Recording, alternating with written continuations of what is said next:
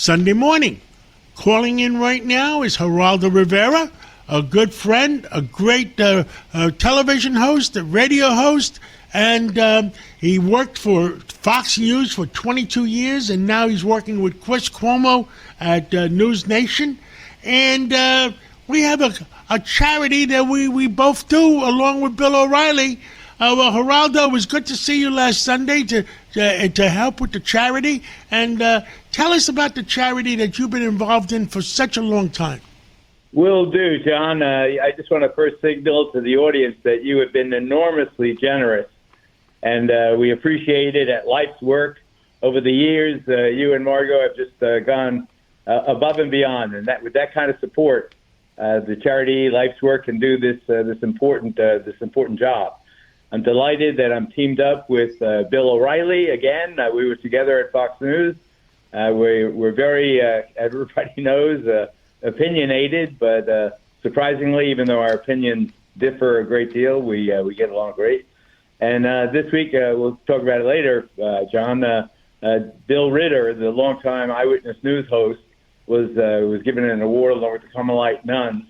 Bill Ritter given the award for his courage, coming forward and telling his audience that he has early stage Alzheimer's, I believe, and he's stepping down from his job as anchorman of Eyewitness News.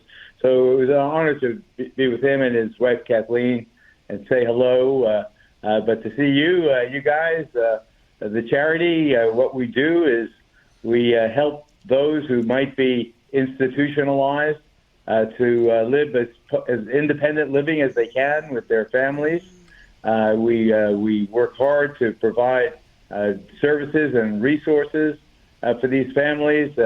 We have not young anymore. We have people who've been with us for decades, for generations, since we busted up Willowbrook, that awful place on Staten Island, John.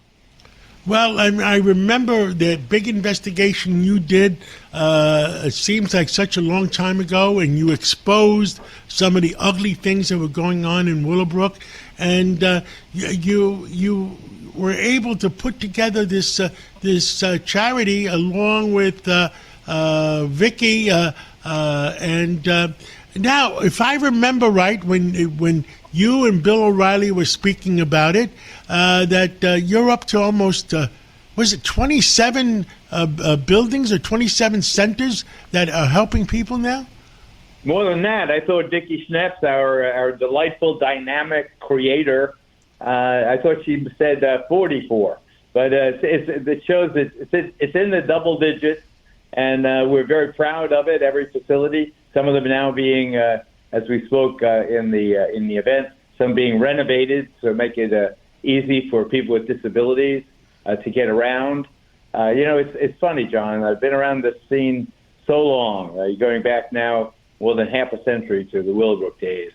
I still see people on the street, maybe parents with a Down syndrome kid, and they look at me, I look at them, we know who's who, and the relationship, and it goes back that deep. The roots of this charity are that deep that now the people are aging out. Some of the old timers we took from Willowbrook, they've had lives that they would not have had, whole lives, and so easy. You see a crazy homeless person on the subway, you want to say, hey, my God, why this person should be in an institution? Maybe they should be in some kind of facility. But when you see someone who has an obvious disability, like a Down syndrome person, you know that they need the resources so they can live independently, that they can live on their own, or live at least with their parents, but supported by this wonderful, compassionate charity that emphasizes that these folks with disabilities deserve a full life. And there's a memo circulating in the Justice Department, John, that I hope that you get involved in as we go on. The memo says that the federal government should not have any responsibility to support the disabled in their own homes or in their own facilities, that the federal government's job is to prevent discrimination, but that doesn't equal discrimination. It has for 50 years equaled discrimination, but now we're troubled a bit that the federal government might be trying to pull back from the support that these parents need so desperately to give a full life to these. Well, Geraldo, I'm only going to mention one more thing. Somebody in the state government or the city government, and we live in New York right now, is at one time we had 28,000 people in New York in mental institutions, and now there's only about 5, 6, 7,000, and that doesn't mean we've cured the other 20,000, but they're on the streets of New York or in the subways in New York.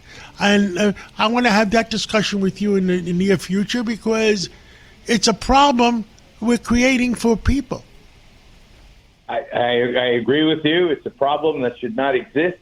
But there are also very separate populations. You know, someone who is criminally insane is very different from someone with a disability like Downs.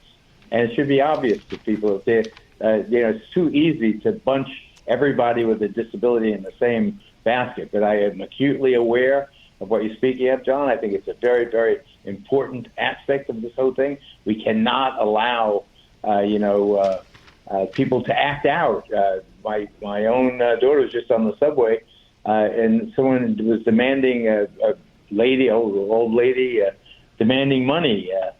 My daughter handled it with grace. She pretended that she was looking at her phone or tablet, and the lady finally went away. But I mean, the scene is too unsettling. No one likes Geraldo, that. Both sets of people need help. Absolutely. Thank you so much for coming on this Sunday morning. I look forward to seeing you again real soon. John, I look forward to it, and thanks again for your generosity. Thank you.